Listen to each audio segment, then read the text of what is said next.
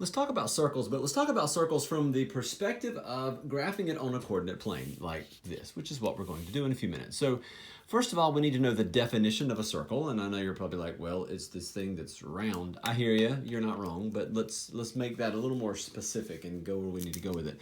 So the definition of a circle is the set of all points. Now I'm getting really technical in this definition.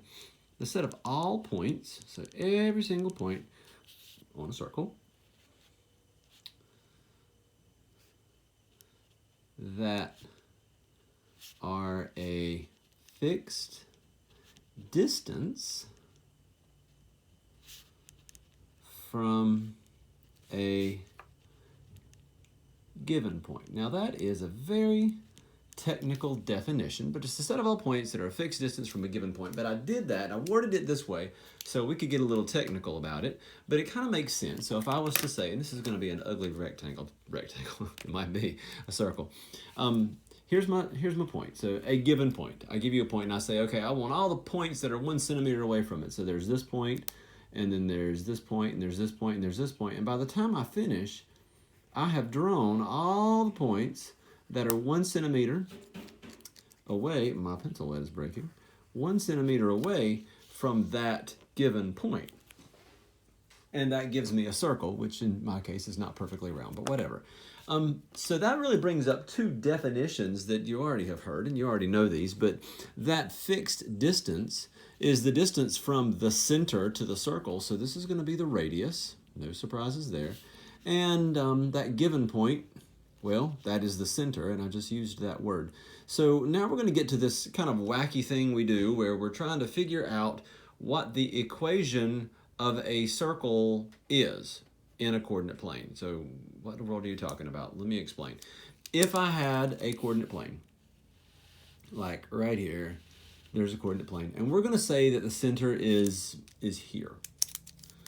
So the center is going to be like right here, okay? And we're going to draw a circle, which means we're going to draw all the points at the same distance from that center, and that is a fairly decent circle. Well, I'm going to call that center some specific point. I'm going to call it, like, I'm not going to give it numbers. I'm going to give it letters because it could be anything. So I'm going to say that this coordinate right here is, let me write it darker so it shows up pretty well. This is going to be h comma k. So h could be anything, k could be anything, 1 comma 2, 3 comma 4, negative something. Now clearly I didn't draw it in the negative, but if I wanted to move it around, I could. So then what I'm going to do is this thing that involves the Pythagorean theorem. It's about to rock your world. So here goes. Check this out. What I want to do is go over here to an edge. I'm going to call that r. We're going to call that distance r. And then let's draw a triangle. And we're going to go all Pythagorean on it here. So we're going to have a right triangle going on right there. And this is just so we can gain an understanding of where the formula actually comes from.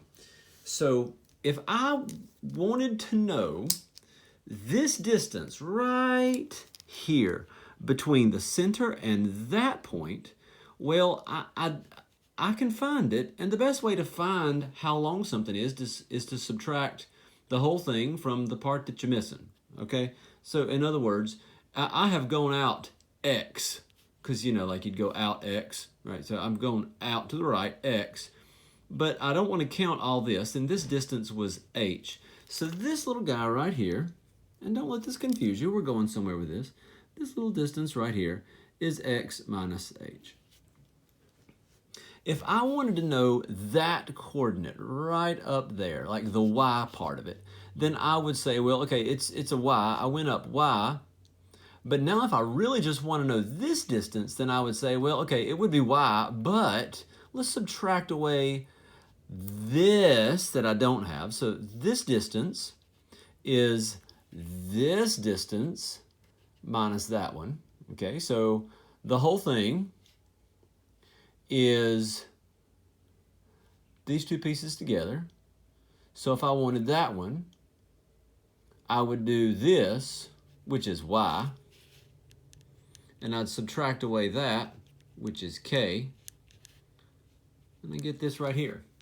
So based on what we've drawn and the fact that we have a circle that has a radius that we'll call r, Okay, so let's just go ahead and stop right here and say some stuff. Let's go ahead and get back up here, and we're going to say the radius, we're going to call it r, and the center, we're going to call it h and k.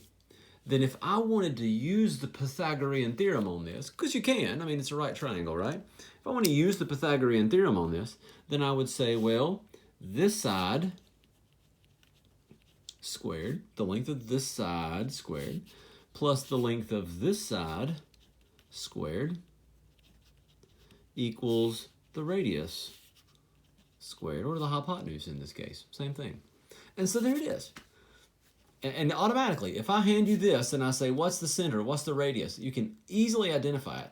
So HK is going to be the center. And notice the sign change. Like HK is the center of my circle, but it's going to be the opposite when I look in the formula. And we'll get to that in a second.